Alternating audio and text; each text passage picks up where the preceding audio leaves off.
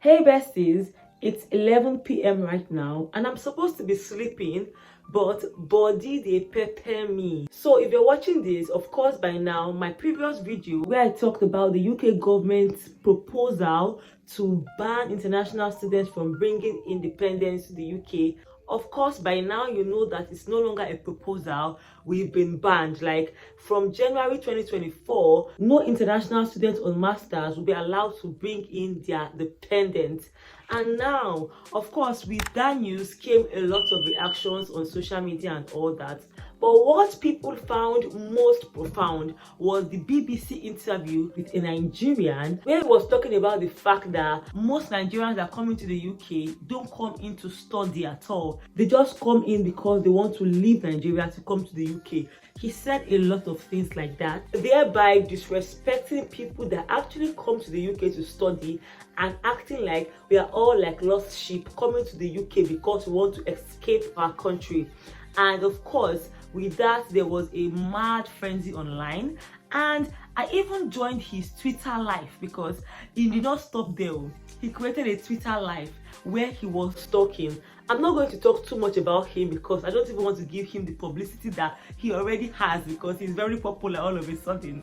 Basically, in Twitter live, in fact, I could not just stay there. I could not stomach it because I expected that maybe he would be apologetic. It's bad enough that he sold Nigerians in a very bad light to the outside world, but one would just expect that he would be apologetic. But no, he was even laughing. Like his laughter was just churning my stomach. And in that Twitter live, he explained that he had 30 minutes interview with BBC and they took like 25 seconds of his clip to act like he said, oh, Nigerians did this, Nigerians did that. But in actual fact, he was also giving recommendations to BBC about how they can make things great and all that. Now, I don't even want to waste my breath about that because he acted like he was surprised that BBC picked up the part where he talked about what he talked about and acted like that's all his interview was about. But my point is, why did it ever get to that point? Why do you feel the need to? Because you've just disrespected the integrity of every well-meaning Nigerian. That some people come here on scholarships. Even on his Twitter live, he was saying something like, how many Nigerians can afford 15k per year school fees? I'm like, what? So it's just like a huge disrespect on Nigerians. And I get all the outrage because even me, I felt it, and it's worse for people that are back home that genuinely want to come here.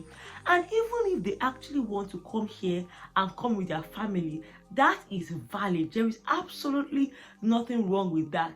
Now, I thought the outrage would end there, but no, it did not end there, which is something that actually disturbed me. People did not just end with him. They now started dragging all YouTubers. It's saying, YouTubers and TikTokers that are talking about relocation, and they kept going on and on and on, which is something I have an issue with, and I've talked about it on this channel. I find it very annoying when people keep whining about UK relocation YouTubers. You keep hearing things like, people have been in the UK for like 10 years, 20 years, and nobody heard anything about them. But this new set, these newbies of relocation YouTubers, just because they've come to the UK, will not hear word. People are in Canada, they're in the US, nobody's sharing their voices. But these UK YouTubers, they're just talking. These UK TikTokers, they're just talking. And when someone whines like that the first time, you start to maybe see reasons with them, understand that of course what they're saying can be valid in the sense that because you relocated into the UK does not mean you have all the information, does not make you an immigration expert, does not mean you now start giving misleading information. But where I actually find it absurd is when these people keep whining and whining. It is giving bitter vibes, it is giving hater vibes, it is giving deep down in your heart you want to set up ring light and camera and actually talk about something to the world, but maybe you cannot do that or you don't know how to do that, so you have to shame someone that is doing that.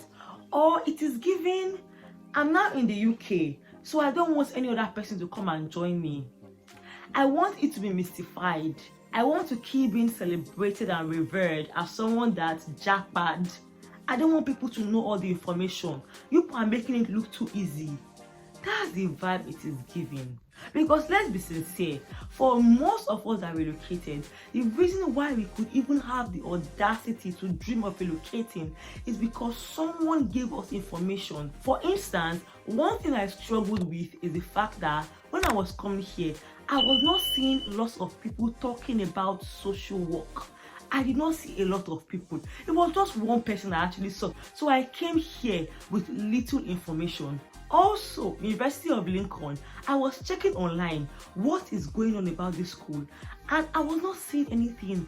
I was seeing things from the university itself. But I wanted to see information from someone that looked like me, a black person, talking about living in the UK, living in Lincoln. As much as some relocation YouTubers are actually horrible in that they may give misleading information, or maybe to chase clout, they may just give out some information they should not give out. Let's not shit on the parade of every other YouTuber, because it is disrespectful. Just because of one person said this thing, people are trolling people.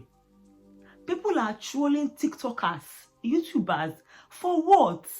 What did they do to you? Like, it is just ridiculous. Like, face the person that sold out Nigerians, face him, and stop directing that hate to the whole world, because it is getting boring. Like, every minute you keep whining. When you keep whining and whining and whining, you now start acting like you are a child that was denied lollipop. That's the vibe it is giving, and it is not really palatable. It's not nice. We say information is power, so don't act like people giving updates are doing something wrong. No. And even if they are chasing clout or creating content to build their brand, what is wrong there? Are they stealing? No. Are they doing anything illegal? No. They are oh my god. If you think it is easy, start creating content. Content creation is hard to create. Like, you will see 10 minutes video, but the number of behind the scenes, the hours or even days of people that have put into it is insane. And you are there insulting somebody because you don't like the fact that UK relocation YouTubers, UK relocation TikTokers, please go and sit down respectfully. It is becoming really annoying. I understand that we are all angry. Even I am quite angry about everything. But let's not forget the fact that the reason the UK government has banned international students from being independent is because the number of dependents were a lot. So don't act like it's because YouTubers were creating updates. That's not true. I know some people want to look for an outlet to just pour their anger. For some reason, content creators are the easiest scapegoats to be bullied. Let's not forget the point. The point is dependents were too much, and that's the reason. Not because content creators are constantly creating updates. And I'm not even going to fault those people that come with their dependents, because would you tell a mother or a father not to come with their kids because they want to study? Of course not, especially because those kids paid for their visa, IHS, and in fact every other thing. And of course, the young man that did what he knows how to do best, there is nothing more to be said. I hope you're happy now. Everybody can rest. Bye guys.